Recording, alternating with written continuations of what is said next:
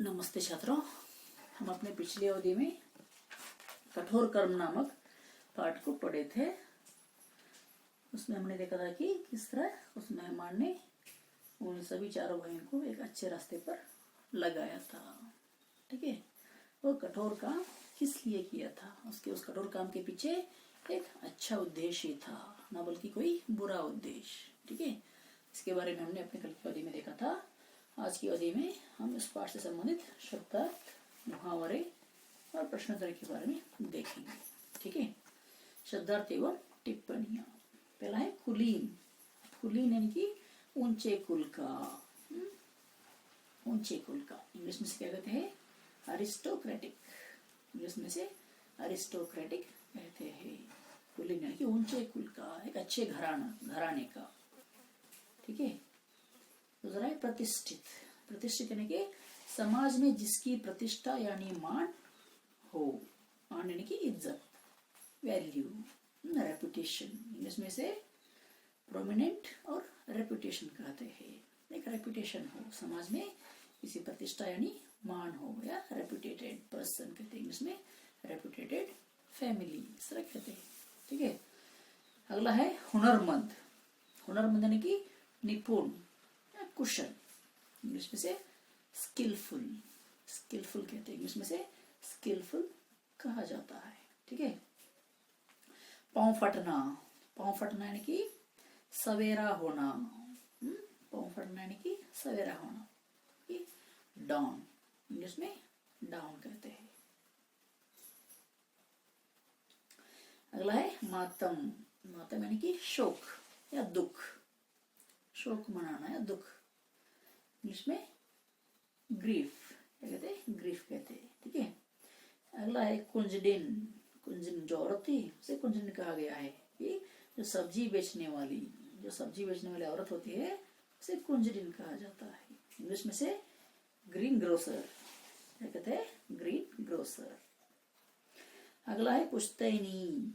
पुश्तैनी यानी कि खानदानी।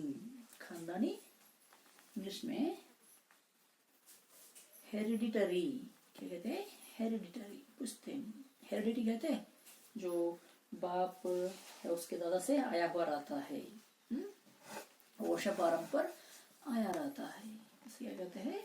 पुश्तैनी, खानदानी, हेरिडिटरी। निर्वाह।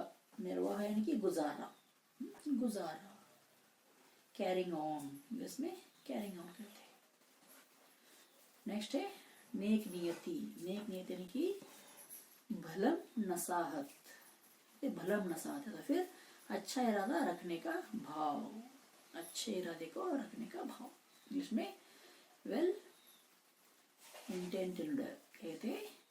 वेल इंटेंशन, इंटेंशन कहते हैं हम लोग, इंटेंशन कहते हैं। गुड इंटेंशन, बैड इंटेंशन कहते हैं। इस तरह वेल इंटेंशनड। नेक नियति यानी कि वेल इंटेंशनड। अगला है फाफा कशी। फाका कशी यानी कि लगातार कई दिनों तक अन्न न मिलना, भूखो मरना। इंग्लिश में स्टार्विंग कहते हैं, स्टार्विंग। नेक्स्ट फिक्र। फिक्र यानी कि चिंता, वरी। इंग्लिश में वरी कहते हैं। दबे पैरों से यानी कि बिना आवाज किए। दबे पैरों से यानी कि बिना कोई आवाज किए, विदाउट एनी साउंड। इंग्लिश में विदाउट एनी साउंड कहा जाता है। नेक्स्ट काहिली। काहिली यानी कि सुस्ती या ढिलाई, लेजीनेस। इंग्लिश में लेजीनेस कहते हैं। नेक्स्ट गरज। गरज यानी कि जरूरत, नेसेसिटी। इंग्लिश में नेसेसिटी कहते हैं। नेक्स्ट दूरदर्शी। दूरदर्शी यानी कि दूर की सोचने वाला, दूर की सोचने वाला। इंग्लिश में डिसर्निंग कहते हैं, डिसर्निंग।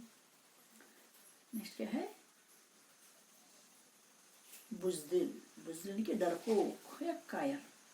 इंग्लिश में कावर्ड कहते हैं, कावर्ड कहीं का, कावर्ड जो भाग जाने वाला, डरपोक। ठीक है, क्या है? शब्द आगे देखिए मुहावरे। लाले पड़ना, इसका क्या है? लाले पड़ना, इसका क्या अर्थ? किसी चीज को पाने के लिए तरसना, किसी भी चीज को पाने के लिए तरसना। अगला है ढोंग रचना, ढोंग रचना यानी कि दिखावा करना, शोइंग, शो, इंग्लिश में शो बोलते हैं। कुछ उनके पास होता नहीं है फिर भी वह शो करते हैं। नेक्स्ट ताड़ जाना यानी कि समझ जाना। और अगला है हाथ फैलाना यानी मदद के लिए विनती करना। हाथ फैलाना यानी कि मदद के लिए विनती करना। क्या हो गया मुहावरों का अर्थ। आगे देखिए निम्नलिखित प्रश्नों के उत्तर लिखिए। मौखिक प्रश्न। क्या है पहला प्रश्न, चारों भाई कहीं नौकरी चाकरी या काम धंधा क्यों नहीं कर पाते थे? चारों भाई क्यों नौकरी चाकरी या काम धंधा नहीं कर पाते थे? उत्तर है कि चारों भाई क्या थे, समाज में उनकी प्रतिष्ठा बहुत ऊंची थी। ठीक है, वह एक ऊंचे कुल के व्यक्ति थे। उनका परिवार बहुत ही बड़ा परिवार था, इसलिए उन परिवार की इज्जत को बचाने के लिए वह कहीं पे भी काम धंधा करने के लिए नहीं जाते थे। वो पहले उस तरह अपनी पोजीशन को बरकरार रख के आए थे, लेकिन गरीबी आने पर भी वह काम धंधा करने के लिए नहीं गए थे, क्योंकि वह अपने प्रतिष्ठा को, इज्जत को बचाए रखना चाहते थे, लोगों के बीच शर्मिंदा नहीं होना चाहते थे। अगला है कुंजलिन के आने पर बड़े भाई ने क्या किया? कुंजलिन के आने पर बड़े भाई ने क्या किया? उस सैजन के पेड़ पर चढ़ा, उस पत्तों को तोड़कर नीचे गिराया, फिर उसे इकट्ठा करके उस कुंजलिन को दे दिया और उससे पैसे ले लिए। ठीक है, तीसरा प्रश्न है कुंजलिन ने मौके का लाभ कैसे उठाया? कुंजलिन ने मौके का लाभ कैसे उठाया? उस दिन वहां पे उनके घर जो मेहमान आया था, इसलिए वो क्या कहता है, हमारे मेहमान सो गए इसलिए थोड़ा आहिस्ता से, थोड़ा स्लोली बातें करो। तो वो कुंजलिन उस मौके का फायदा उठाकर उनको बहुत ही कम पैसे दे देती है। अगला है भोजन तैयार होने पर तीन भाइयों ने क्या क्या बहाने गढ़े? भोजन तैयार होने पर पहले भाई ने क्या बताया कि आज मेरा क्या है, सोमवार का व्रत है।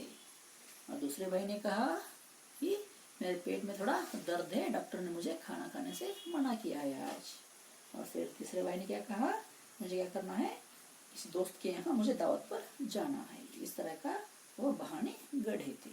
ठीक है, अगला प्रश्न है एक साल से चारों भाइयों की हालत किस प्रकार अच्छी होगी? एक साल में क्या हो गए, सभी चारों भाई काम पर लग गए और उनके परिवार की जो आर्थिक स्थिति थी वो अच्छी हो गई और उनके घर में किसी भी चीज की कमी नहीं रही।